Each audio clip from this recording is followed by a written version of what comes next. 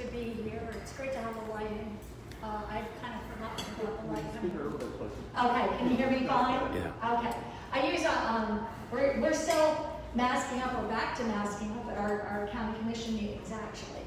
And I'm very used to wearing a mask, and I'm very ready to have COVID down to a really safe level. So I'm looking forward to that. But this morning I wanted to tell you a little bit about what's Hillsborough County, view from the chair. It's, I thought I'd first talk about growth management. I think that that's been the great focus for our county commission, one of the biggest things that we've done. And I think we've really come around and pushed in a way, a better, stronger direction in making for responsible growth in Hillsborough County and fiscally sound growth. We're not there. We've come back from what is decades, I think, of really neglectful growth management. One of the biggest things that we've done is first start looking at growth paying for itself.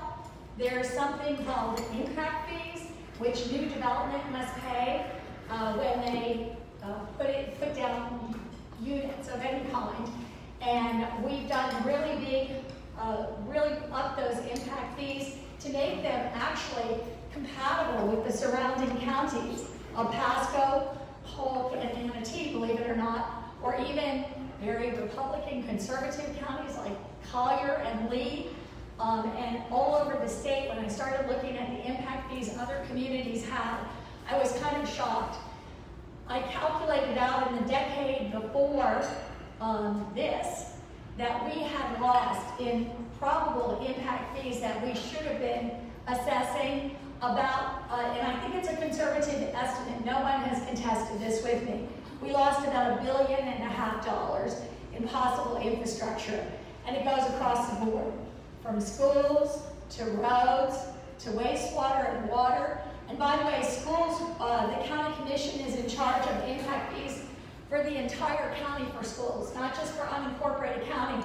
And it's been one of the reasons our schools have been so desperately underfunded, is years and years of not having enough funding when we have new growth come in. So we had literally, we doubled our impact fees from about $4,000 average home, average calculation, $4,000 to $8,200, and for an average 3-bedroom house.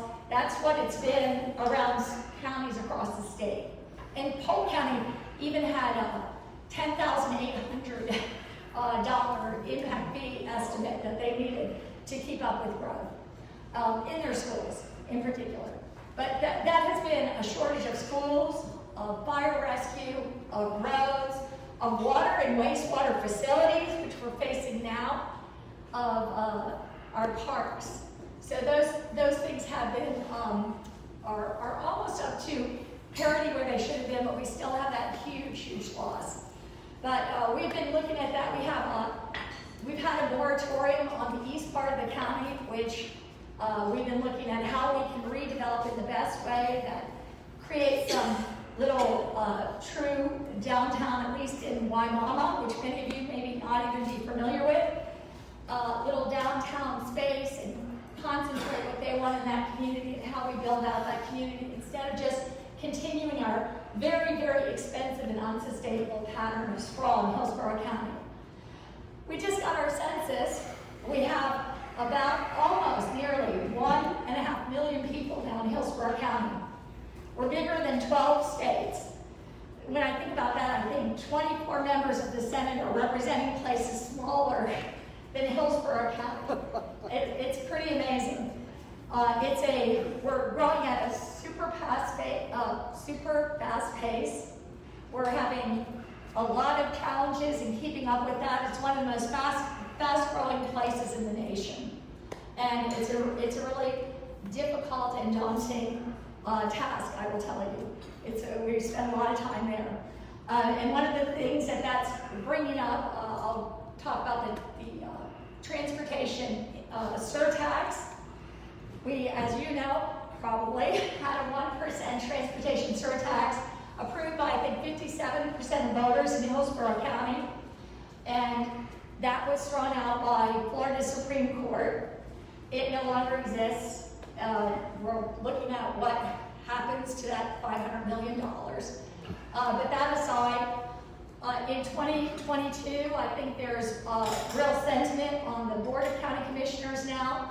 At least probably 4 or 5 commissioners who are up for passing or putting another referendum on the ballot in Hillsborough County to do a surtax. And I think there's a lot of sentiment for it to reflect what the original surtax was that 57% of people supported and voted for it.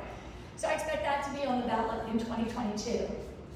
The other challenge right now, we're looking at redistricting.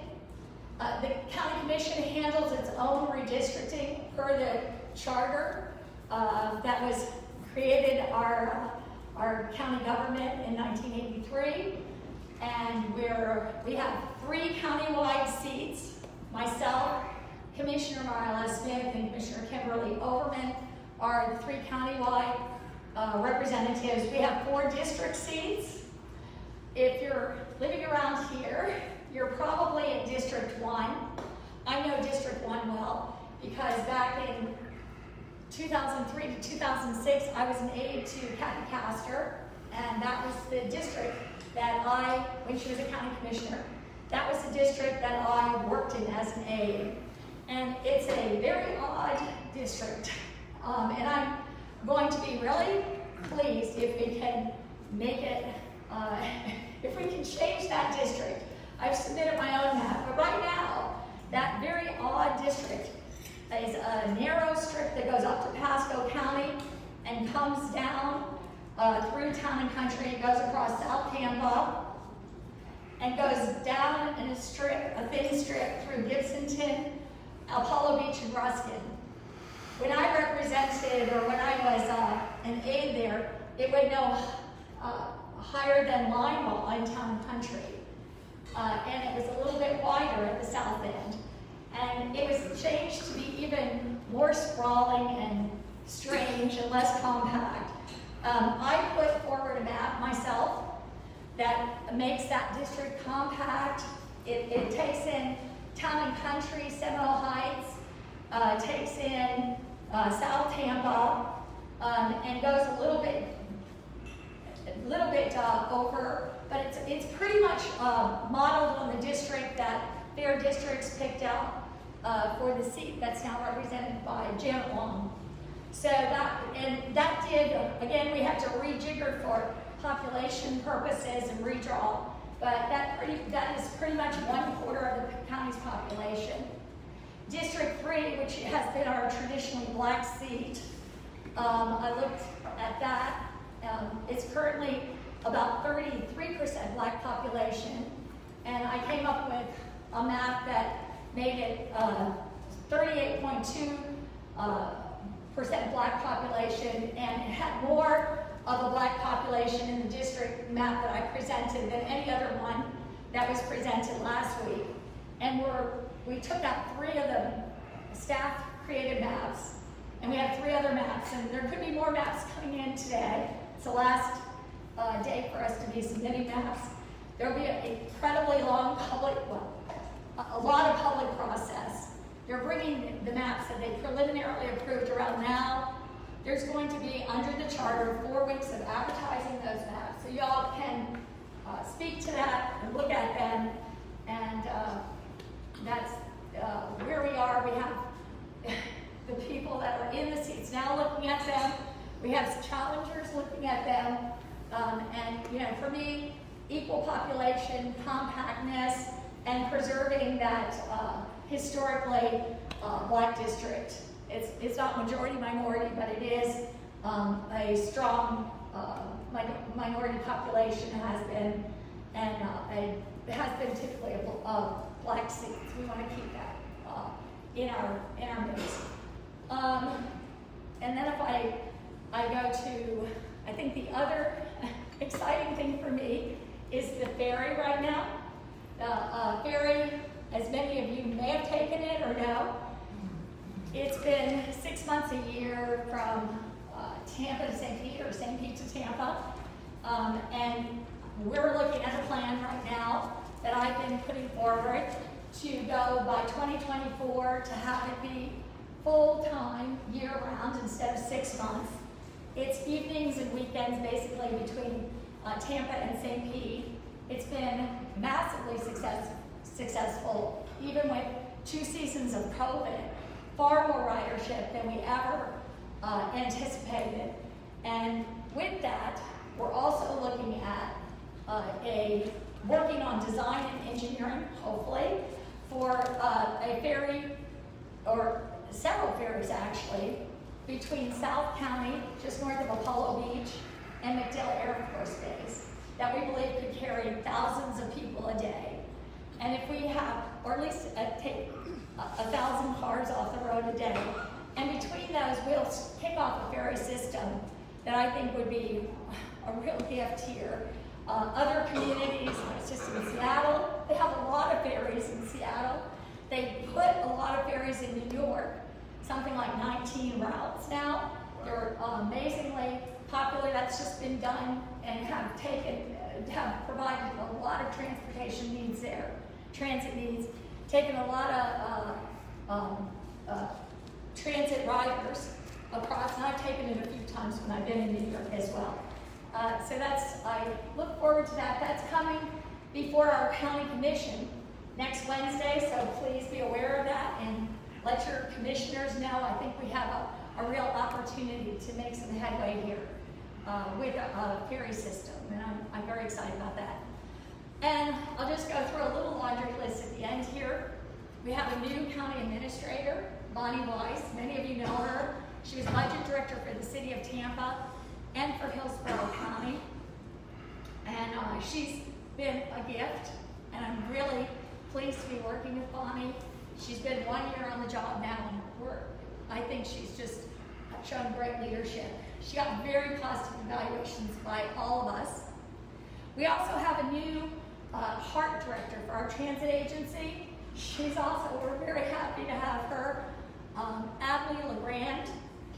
She had been Miami and Louisiana, New Orleans, and I think she's just been on the job about 6 months. She's got a big job, and I think she's moving right along with it. So I'm really happy to see that. As well, I've been looking at the CSX tracks long term, and how we can look at those. They go from USF through Ybor, downtown Tampa, and actually right to MacDill.